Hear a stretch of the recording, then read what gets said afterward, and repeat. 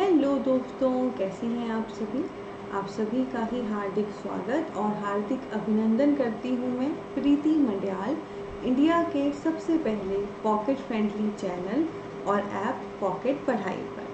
सो दोस्तों, आज हम आगे बढ़ेंगे and English and TA paper 2 के तहत जो यूनिट नंबर 9 है, literary theory post world war 2, उसके तहत एक इम्पॉर्टेंट थ्योरी लेंगे जिसका नाम है पोस्ट स्ट्रक्चरलिज्म। ठीक है, स्ट्रक्चरलिज्म, डीकंस्ट्रक्शन, पोस्ट स्ट्रक्चरलिज्म, ये आपने सुना होगा। तो आज हम लेंगे पोस्ट स्ट्रक्चरलिज्म। तो आइए सबसे पहले इसी शब्द को एक्सप्लोर करते हैं और इस थ्योरी को समझने की कोशिश करते हैं। पोस्ट होता है पोस्ट यानी कि बाद में, स्ट्रक्चरलिज्म हो गया यानी कि स्ट्रक्चरलिज्म। तो स्ट्रक्चरलिज्म के पोस्ट, स्ट्रक्चरलिज्म के बाद में, तो जो स्ट्रक्चरलिज्म थ्योरी आई थी सॉसर की, उस थ्योरी के बाद जो जो थ्योरीज आई हैं, जो जो इम्पोर्टेंट पर्सपेक्टिव आए हैं, वो सारे हम इस थ्योरी के तहत कवर करेंगे। तो सिंपल सा कहूँ, पोस्ट स्ट्रक्चरलिज्म कोई एक थ्योरी नहीं है, बल्कि it is a group of theories, group of perspectives जो स्ट्रक्चरलिज्म थ्योरी आने के बाद आई थी। ठीक है, तो इसमें ना मैं आपको क्या पढ़ाऊंगी, इसमें जो जो थ्योरी स्ट्रक्चरलिज्म के बाद आई हैं उन सब के नेम मैं आपको बताऊंगी और थोड़े बहुत राइटर एंड थोड़े बहुत वर्क मैं आपको एक्सप्लोर कराऊंगी। ठीक है, इसमें इतना ही होगा। फिर इसमें जो जो थ्योरीज मैं मेंशन करूंगी कि अच्छा ये पोस्ट स्ट्रक्चरलिज्म की थ्योरी है, ये स्ट्रक्चरलिज्म के बाद आई थी, उसको आने वाले लेक्चर्स में हम एक एक करके डिटेल भी लेंगे। तो it is kind of a intro कि स्ट्रक्चरलिज्म के बाद हुआ क्या है, देखते हैं। तो दोस्तों, सबसे पहले पोस्ट स्ट्रक्चरलिज्म में मैं आपको बताना चाहती हूँ कि इस दौरान जो भी थ्योरीज आई थी उनके मेन फीचर्स क्या थे, मेन इस दौरान किन चीज़ों को लेकर हाईलाइट आपको देखने को मिला। तो इसमें जो मेन फीचर थे, that was convictions, questions, autonomy, grand theories, narratives and negative reality. तो बेसिकली ये 5 से 6 चीज़ें आपको इस दौरान देखने को मिली। एक तो हो गया कन्विक्शन। कन्विक्शन होता है जब आपका किसी चीज़ को लेके एक बड़ा स्ट्रॉन्ग थॉट होता है, एक आप बड़ा कन्विक्ट हो किसी चीज़ को लेके कि अच्छा ये चीज़ ऐसे है। तो उस प्रकार की सोच लोगों के अंदर आई थी, किसी चीज़ को लेके लोग बहुत श्योर थे एंड उसको मतलब बताना चाहते थे लोगों को, उसके बारे में अवेयर कराना चाहते थे। क्वेश्चन ऑटोनॉमी का मतलब है कि क्वेश्चन को लेकर लोग ऑटोनॉमस हो गए थे। मेरे मन में जो प्रश्न है मैं बिल्कुल ओपन थी कि मैं उसको पूछ सकूं, ऑटोनॉमी थी मेरे पास। मुझे कोई सोचने की ज़रूरत नहीं थी कि इस प्रश्न को पूछूं मैं या नहीं, कौन क्या कहेगा। मेरे पास पूरी ऑटोनॉमी थी, मैं पूरी ऑटोनॉमस थी क्वेश्चन पूछने के लिए। तो इससे ना मतलब लोगों का लेवल बढ़ा था सोच का एंड लोग बिल्कुल फ्री होके पूछ रहे थे कि उनको जो भी डाउट लग रहा था वो पूछ रहे थे।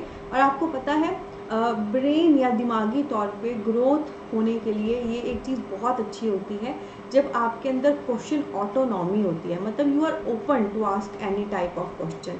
क्वेश्चन वही है, क्यूरियोसिटी वही है जहाँ पे आप कुछ सीख रहे हो, आप कुछ करना चाहते हो, तो it is a good thing. इसके अलावा ग्रैंड थ्योरी एंड नरेटिव।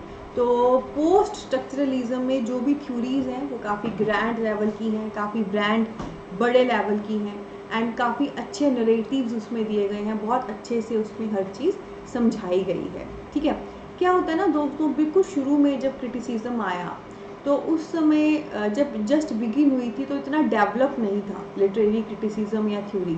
पर जैसे समय के साथ like a baby born and baby develop, similarly criticism आया, वो डेवलप हुआ, नई नई चीज़ें उसमें ऐड होती गई, हम आगे बढ़ते गए। तो grand theories and narrative, post structuralism में जो भी हम थ्योरीज देखेंगे वो काफ़ी ग्रैंड लेवल की हैं और एज अ ब्रांड बन के वो निकली और बहुत अच्छे से उसमें नरेशन दिया गया है। और एक इसमें जो है कॉन्सेप्ट है, that is negative reality. Negative reality होगी ऐसी सच्चाई जो नेगेटिव है। इसका मतलब पता है क्या है कि जर्नली हम ना गुडी गुडी चीज़ों पे ज़्यादा फोकस करते हैं। शुरू में जो हम कैरेक्टराइजेशन भी करते थे अपने वर्क में या स्टोरी लाइन, तो बड़ा गुडी गुडी बड़ा अच्छे अच्छे को हाईलाइट करते थे हम। कहीं कभी भी जो रियलिटी होती है, वो सच्चाई जो होती है वो नेगेटिव भी होती है, वो पॉजिटिव नहीं होती। जैसे एक सिक्के के दो पहलू हैं, हेड और टेल, जैसे ज़िंदगी में खुशी और गम दोनों हैं, तो हर कुछ गुडी गुडी या पॉजिटिव नहीं है।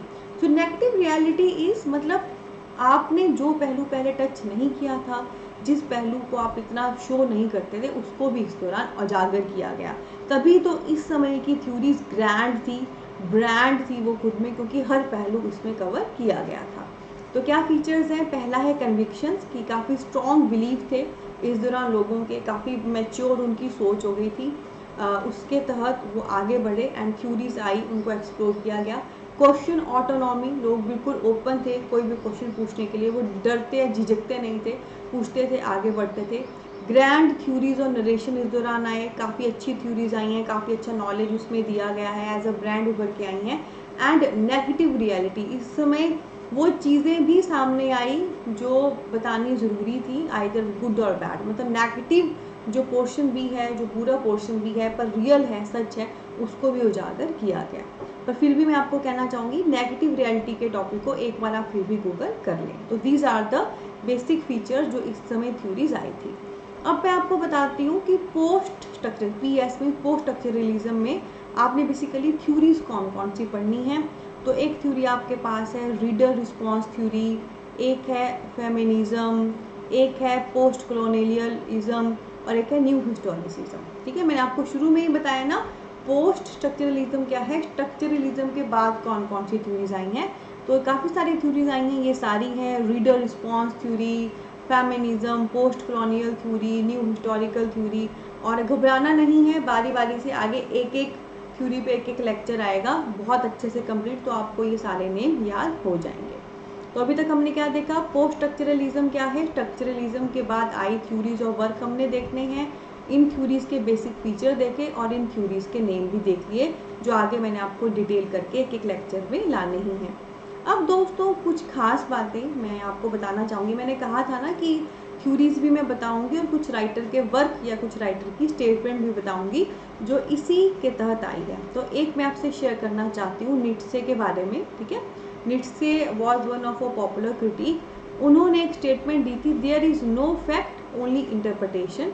तो बहुत इंपॉर्टेंट एक स्टेटमेंट दी है नीट्शे ने कि आपके पास फैक्ट कोई नहीं है, कोई तथ्य नहीं है, बल्कि आपके पास सिर्फ इंटरप्रिटेशन है।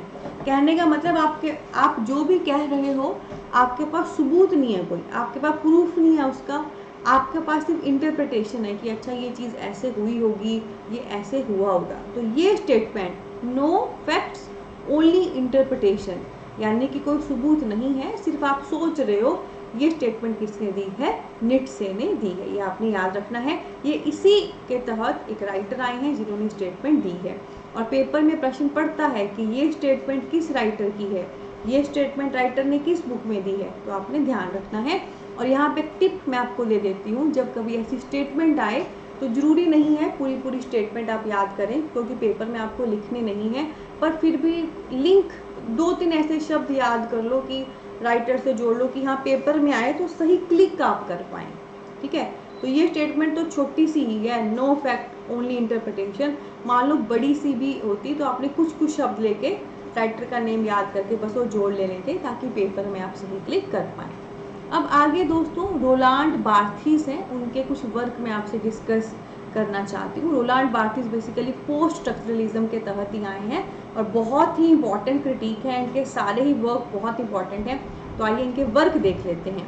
एक इनका वर्क है structural of analysis of narrative, 1966 में आया है। The structural analysis of narrative होगा, ऑफ नहीं होगा इधर, स्ट्रक्चरल एनालिसिस ऑफ नरेटिव 1966 में आया है।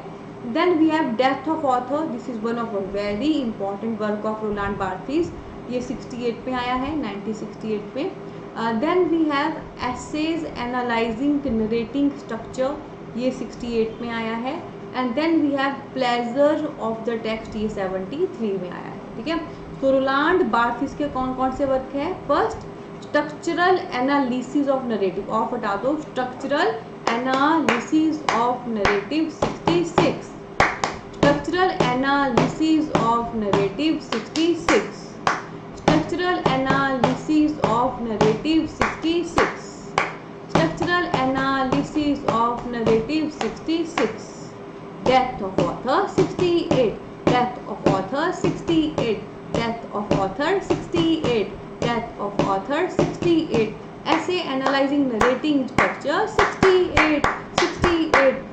एनालाइजिंग नरेटिंग स्ट्रक्चर 68 ऐसे analysing narrating structure 68 pleasure of text 73 pleasure of text 73 pleasure of text 73 pleasure of text 73 pleasure of text 73। ठीक है। सो दोस्तों पोस्ट स्ट्रक्चरलिज्म में यही है। स्ट्रक्चरलिज्म के बाद आने वाली थ्योरीज, जिनके फीचर, जिनके नेम और कुछ इंपॉर्टेंट वर्क मैंने आपसे शेयर कर लिए हैं। स्टेटमेंट याद करने का टिप क्या है, पूरी याद मत करो, कुछ शब्द जोड़ के मतलब जोड़ के कर लो ताकि पेपर में क्लिक हो जाए। और ऐसे वर्क आए तो क्या टिप है कि बार बार गुनगुनाइए, दिमाग में बिठाइए। सो दोस्तों ऐसे ही अगर आप कंप्लीट इंग्लिश NTA पेपर 2 करना चाहते हैं तो आज ही इंडिया का सबसे पहला pocket friendly education app pocket पढ़ाई डाउनलोड करिए, जो लिंक है नीचे वीडियो के डिस्क्रिप्शन में दिया गया है। जो कंप्लीट कोर्स है आपका इंग्लिश NTA पेपर 2 पे वो मात्र 2499 का है, यानी कि हर मंथ आपने सिर्फ 200 पे करने हैं। पूछो क्यों? क्योंकि कोर्स की वैलिडिटी है 1 ईयर की, यानी कि पर मंथ आप अबाउट 200 पे कर रहे हो बस। ये तो होगा ही क्योंकि पॉकेट पढ़ाई इंडिया का पहला पॉकेट फ्रेंडली एजुकेशन ऐप है, जहाँ पे दोस्तों क्वांटिटी और क्वालिटी के साथ कोई भी भेदभाव नहीं किया गया है। इस कोर्स में आपको complete units, complete study material, complete lecture, mock test, PYQ, test series, practice paper, MCQ सब कुछ मिलने वाला है। इसके अलावा दोस्तों हमारा जो व्हाट्सएप या कॉन्टैक्ट नंबर है वो भी इस वीडियो के डिस्क्रिप्शन में दिया गया है, आप वहाँ पे हमें कांटेक्ट कर सकते हैं। पर ध्यान रखें अगर आप एक सीरियस कैंडिडेट हैं तभी कांटेक्ट करें, क्योंकि दोस्तों समय आपका भी कीमती है और हमारा भी कीमती है। तो आई होप आप उस चीज़ का मान रखेंगे। और इसके अलावा बहुत खूबसूरत परिवार है हमारा फेसबुक, इंस्टा, टेलीग्राम पे, वहाँ पे भी आप हमें ज़रूर फॉलो करें। इसी नोट पे लेते हैं अलविदा। बहुत सारा प्यार, बहुत सारी ब्लेसिंग। Take care.